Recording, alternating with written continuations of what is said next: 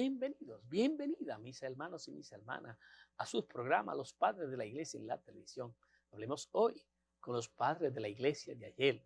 Y estamos dialogando con todos ustedes el tema de la liturgia en la iglesia primitiva. ¿Cuál era la importancia? ¿Cuál es el rol y el papel que le asignaban los padres de la iglesia a la liturgia? Y hemos estado analizando con todos ustedes desde hace un buen tiempo el bautismo, la confirmación, y en estos últimos programas se lo hemos dedicado al, a la Eucaristía y de manera concreta a las figuras del Antiguo Testamento que representan la Eucaristía. Y como ya hemos estado dialogando con todos ustedes en la misa, en la consagración, que se realiza mediante la oración consacratoria, comienza con gracias hagamos y termina con la epíclesis. Gracias hagamos en latín es levantemos el corazón. Y la epíclesis es la invocación que se hace sobre las ofrendas, la invocación al Espíritu Santo que se realiza sobre las ofrendas. Y comienza por una invocación de las grandes obras de Dios en el pasado. En el libro octavo de las Constituciones Apostólicas encontramos un ejemplo en este sentido. El pontífice da gracias a Dios por la creación del mundo y del hombre, por el sacrificio de Abel, por la traslación de Enoc, por la perseverancia, la preservación de Noé, por la alianza de Abraham, por el sacerdocio de Melquisedec, por la liberación de Egipto, evocando las grandes obras de Dios en el Nuevo y en el Antiguo Testamento, referido a los misterios de Cristo. Esta parte es la única que conserva nuestro prefacio. Finalmente viene la epíclesis, súplica dirigida al Espíritu Santo, que realizó esas grandes obras en el pasado para que las continúe en el presente. Este doble aspecto de la narración, a la que le corresponde la acción de gracia, y de la expectación, a la que le corresponde la oración de súplica, aparece como constitutivo del pensamiento cristiano, el cual se apoya en la fe de la que Dios realizó en el pasado para fundar la esperanza de lo que realizará en el presente y en el futuro. Pensamiento que nos muestra la continuidad que existe entre el Antiguo Testamento, el Nuevo y los sacramentos, invitándonos así a buscar en el Antiguo las figuras anunciadas de estos. En tal sentido, la tipología de la Eucaristía no es más que la explicación del contenido de la oración consacratoria, esencialmente de modo tipológico. El canon actual de la misa romana conserva esta misma estructura, ya que ve en la Eucaristía la conmemoración de los sacrificios de Abel, Melquisedec, Abraham, así como de la pasión y resurrección y ascensión de Cristo. De este modo, la misa se nos muestra como una prolongación en el tiempo, presentes de las acciones sacerdotales de ambos testamentos. Sin embargo, tales prefiguraciones son de dos clases. Unas que constituyen la mayor parte son figuras del sacrificio de Cristo y por tanto de la misa en cuanto representación de ese sacrificio. En el caso de los sacrificios de Abel y de Isaac, estas figuras se hallan relacionadas con la realidad que la misa representa, no con los ritos mediante los cuales la misa hace presente tal realidad. El significado propio de los ritos de la oblación, de la consumación del pan y del vino, aparecen ya prefigurados por 4 episodios del Antiguo Testamento: el sacrificio de Melquisedec, el maná del Éxodo, el banquete de la alianza y el banquete pascual. Ya desde fecha muy antigua, el pan y el vino ofrecidos por Melquisedec son considerados como figura de la Eucaristía. Clemente de Alejandría habla de Melquisedec que ofrece el pan y el vino, el alimento consagrado en figura de la Eucaristía. Idea que desarrolla San Cipriano de Cartago en la carta 43, dirigida a Cecilia y encaminada a combatir a ciertos herejes que proscribían el empleo del vino para la Eucaristía. Sostenían que la Eucaristía solo debía ser celebrada con agua. Y con tal motivo, Cipriano enumera los principales textos del Antiguo Testamento donde aparece el vino como figura de la Eucaristía. El más importante de esos pasajes es el que se refiere a Melquisedec. Citamos: en el sacerdote Melquisedec vemos prefigurado el sacramento del sacrificio del Señor. Según el testimonio de la Escritura, Melquisedec, rey de Salem, ofreció pan y vino. Cipriano comienza por señalar que Melquisedec es figura, tipos de Cristo, para lo cual se basa en el Salmo 109, versículo 4, que dice: tú eres sacerdote para siempre, según el rito de Melquisedec. ¿Quién es más sacerdote del Dios Altísimo que el Señor, nuestro Señor Jesucristo, el cual ofreció al Padre lo mismo que Melquisedec, el pan y el vino, o sea, su cuerpo y su sangre? Y asimismo que Melquisedec es figura de Cristo, su ofrenda es figura de la ofrenda de Cristo mismo. Y como observaba anteriormente Cipriano, no solo figura del sacrificio de Cristo, sino del sacramento de este sacrificio. Y esta relación aparece clara en la identidad de la ofrenda del pan y del vino. Citamos: según esto, en el pasado precedió una figura del sacrificio consistente en el pan y en el vino. Y esto es lo que el Señor realizó y consumó al ofrecer el pan y el cáliz del vino mezclado con agua, el que es la plenitud. Consumió la realidad de la imagen figurativa. La figura de Melquisedec forma parte de la catequesis que se le impartía de modo común a todos los cristianos. San Ambrosio, que alude a ella en múltiples ocasiones, la considera junto con el maná la figura esencial de la Eucaristía. Citamos: vemos cómo la figura de estos sacramentos precedió a la época de Abraham, ya que fue San Melquisedec el que no tiene principio ni fin en el tiempo, quien ofreció el sacrificio. Esto da pie a San Ambrosio para establecer la anterioridad del sacrificio cristiano respecto al sacrificio mosaico. Citamos: escucha lo que te digo, que los misterios de los cristianos son anteriores a los de los judíos.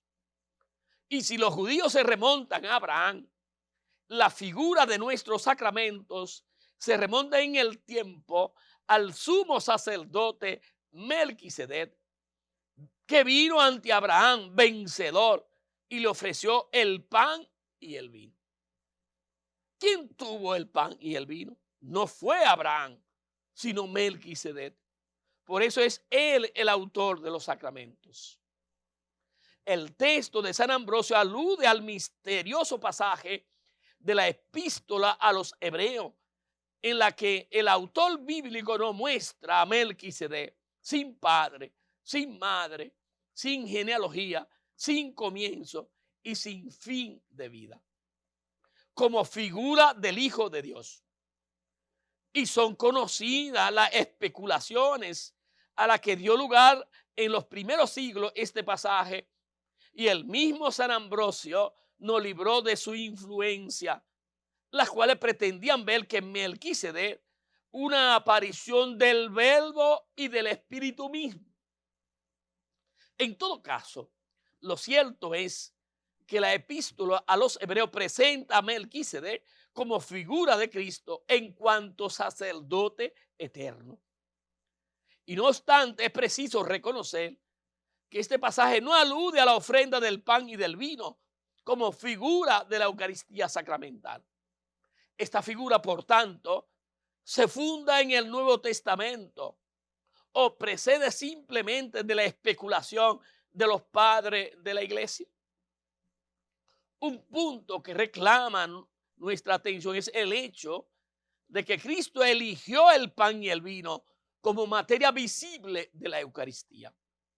En efecto, si se tiene en cuenta las reminiscencias veterotestamentarias de que están cargadas las acciones de Cristo, no aparecerá verosímil que tal elección aluda al gesto de Melquisedec, que igualmente ofreció pan y vino. Vamos a seguir profundizando en este tema de las figuras del Antiguo Testamento en relación con la Eucaristía. No se separen de su televisor.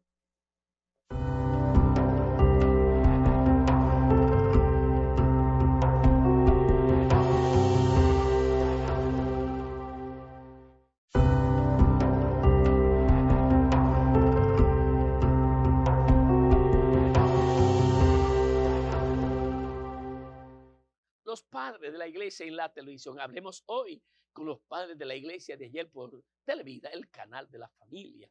Y estamos dialogando con todos ustedes las figuras, las tipologías que existían en los padres de la iglesia para prefigurar a partir del Antiguo Testamento la Eucaristía.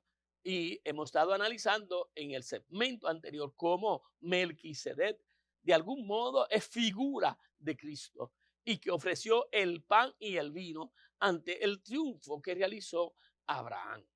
Así lo ha observado el padre Feret. Citamos, a quien se ofrece por determinar, escribe, mediante los textos, pero yendo más allá de los textos, lo que fue en su desarrollo concreto y en su poder de evocación bíblica, la cena del Jueves Santo. No le parecerá gratuita las especulaciones de la epístola a los hebreos sobre el sacerdocio de Jesús, según el orden de Melquisedec, sólidamente fundada en los hechos evangélicos, sobre todo en la ofrenda del pan y del vino.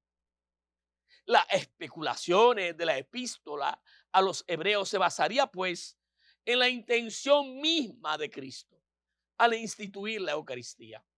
La materia visible de esta sería una efectiva alusión al sacrificio de Melquisedec, alusión intentada por Cristo, no imaginada ulteriormente por los padres de la iglesia.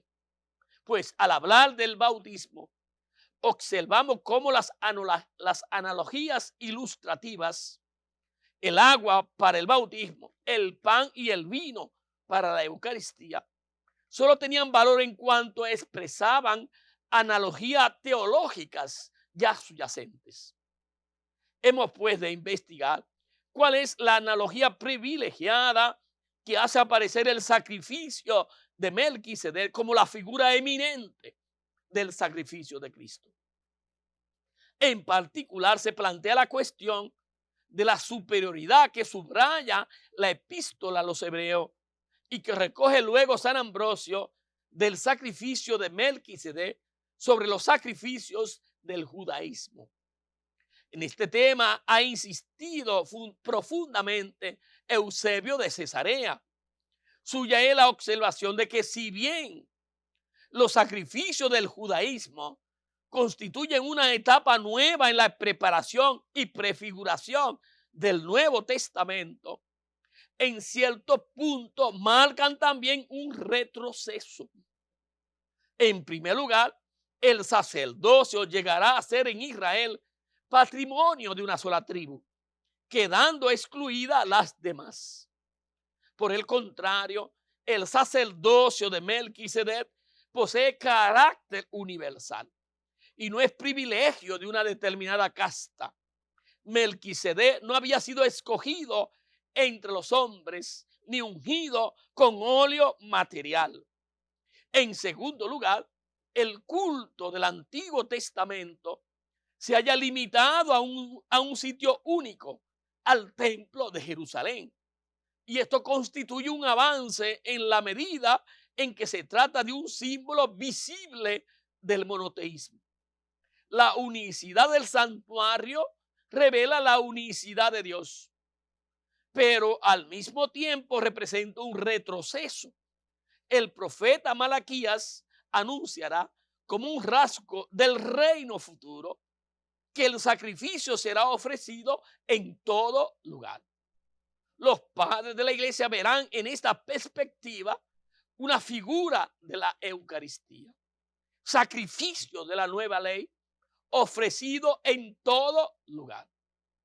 En cambio, el sacrificio de Melquisedec no está ligado a un lugar único, sino que puede ser ofrecido en otras partes. Y esto se aplica también a la materia del sacrificio. Del mismo modo que quien era sacerdote de los gentiles no aparece en ninguna parte realizando sacrificios corporales, sino bendiciendo a Abraham en el pan y el vino.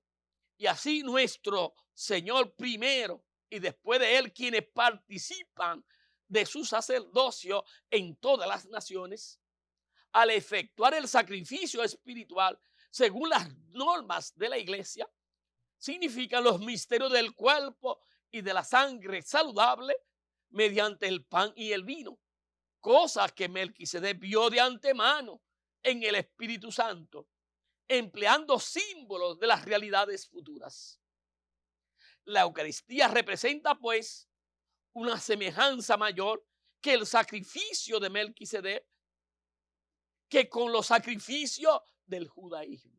Melquisedec supera y mucho el sacrificio del pueblo de Israel. Por eso el padre Feré da la razón de esto. El pan y el vino presentados por Melquisedec a Abraham son una ofrenda más espiritual, más próxima a la simplicidad natural que toda la matanza sagrada prescrita por la ley mosaica.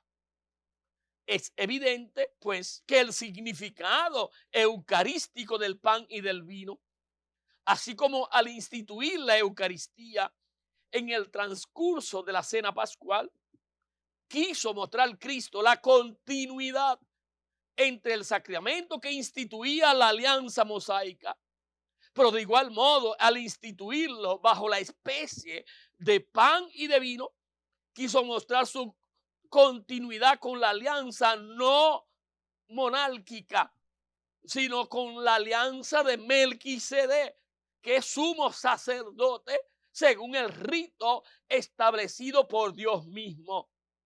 Según esto, Cristo no solo realiza las figuras del Antiguo Testamento, sino que asume y transustancia, una palabra dominguera, y sobrepasa en su propio sacrificio todos los sacrificios de las antiguas religiones y de los antiguos tiempos que han ofrecido los hombres a Dios. Las especies de pan y el vino significan precisamente ese carácter universal del sacrificio de la Eucaristía. Y esto se refiere a la liturgia de la misa cuando nos lo muestra prefigurado en el santo sacrificio, la hostia inmaculada que ofreció el sumo sacerdote Melquisedec. El simbolismo del sacrificio del Melquisedec radica en los elementos del pan y del vino. En cambio, los milagros del Éxodo deben su simbolismo a las condiciones maravillosas que es alimentado el pueblo de Dios. A propósito del bautismo, encontramos ya el ciclo del Éxodo. El paso del Mar Rojo no era presentado como figura de ese sacramento. También la Eucaristía aparece prefigurada en el Éxodo. Los dos especios esenciales son el maná del desierto y la roca del Oré, susceptible esta de una doble interpretación, una bautismal que se remonta a San Juan y otra eucarística de origen paulino. Así pues, los sacramentos del Éxodo constituyen una figura de todo el conjunto de la iniciación cristiana que tiene lugar la noche pascual. Los santos padres ponen de relieve esta relación en San Juan Crisóstomo. Citamos: ha visto a propósito del bautismo cuál es la figura y cuál la realidad. Ahora te voy a mostrar la mesa y la comunión de los sacramentos esbozados. Allí es que, una vez más, no pretende encontrarla en su integridad, sino que te contenta con los hechos tal y como aparecen naturalmente en las figuras. En efecto, después del pasaje dedicado a las nubes y el mar, Pablo prosigue: todos tomaron la misma bebida espiritual. Y de la misma manera dice él que tú, saliendo de la piscina de las aguas, avanza con premura hacia la mesa. Y así ellos, saliendo del mar, se acercaron a una mesa nueva y maravillosa, es decir, al maná. Así como tú tienes una bebida misteriosa, la sangre saludable, así ellos tuvieron una especie maravillosa de bebida, ya que donde no había manantial ni agua corrientes, encontraron agua abundante que brotaba de una roca árida.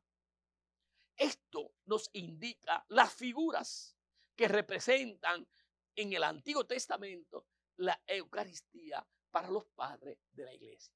Vamos a seguir profundizando en este tema, mis hermanos, mis hermanas, en los próximos programas.